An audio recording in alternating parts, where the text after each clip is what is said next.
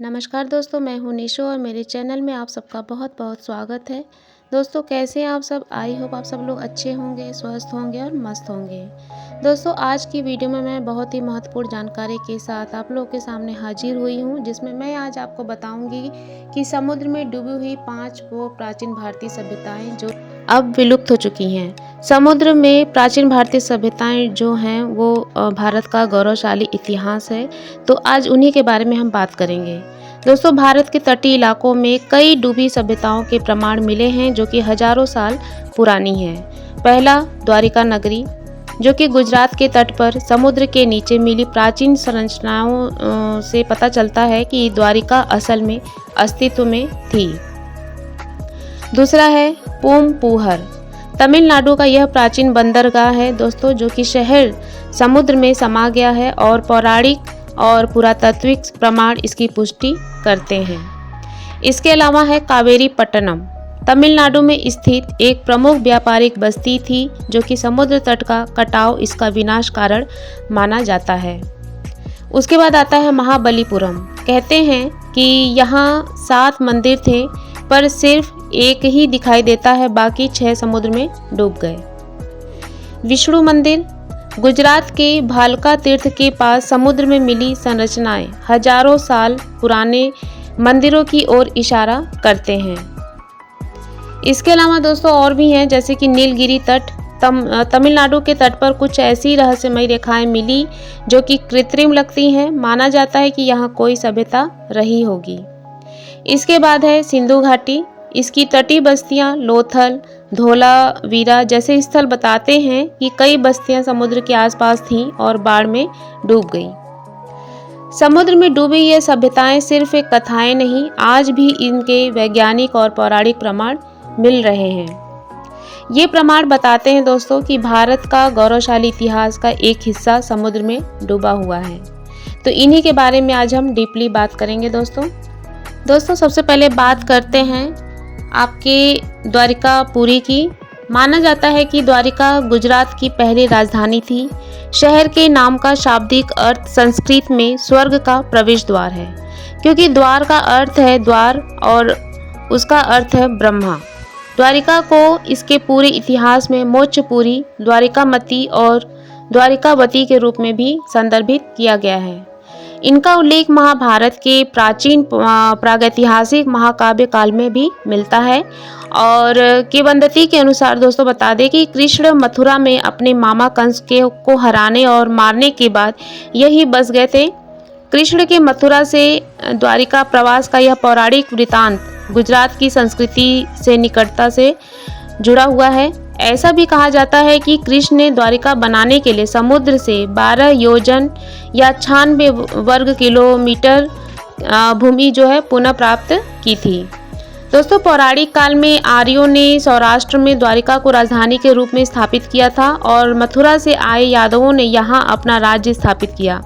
तब शहर को कौशथली के नाम से जाना जाता था और इस अवधि के दौरान शहर का पुनर्निर्माण किया गया था। इसका नाम द्वारिका रखा गया था।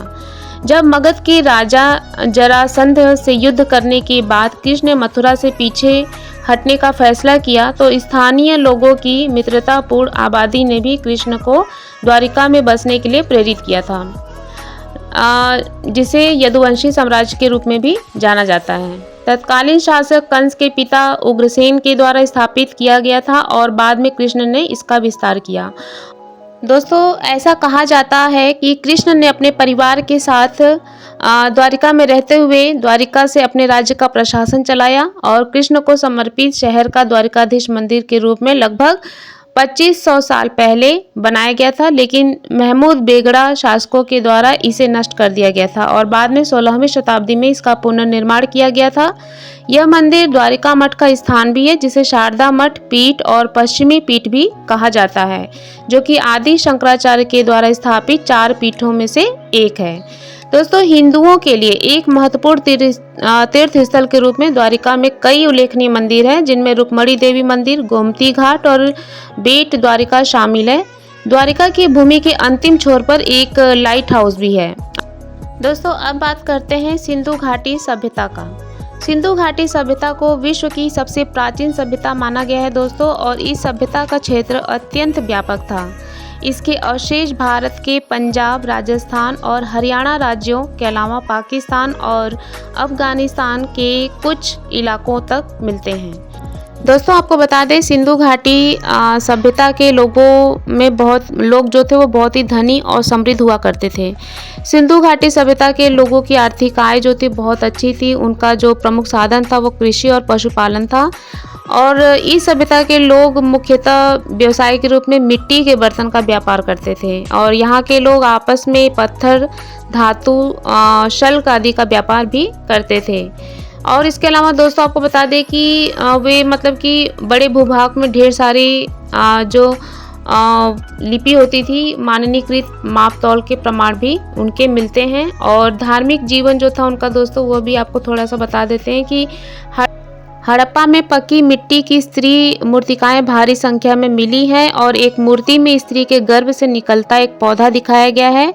विद्वानों के मत में यह पृथ्वी देवी की प्रतिमा है, और उनका निकट संबंध पौधों के जन्म और वृद्धि से रहा होगा, ऐसा अनुमान लगाया गया है।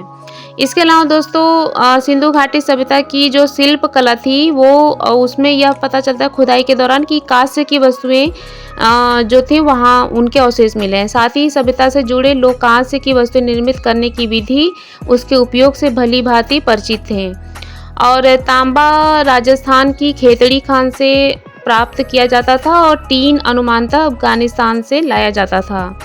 इसके अलावा दोस्तों कुछ और अवशेष थे, जैसे कि सिंधु घाटी सभ्यता से बहुत कम मात्रा में लिखित साक्ष्य मिले हैं, जिन्हें अभी तक पुरातत्वविदों और शोधकर्ताओं के द्वारा पढ़ा नहीं जा सका है।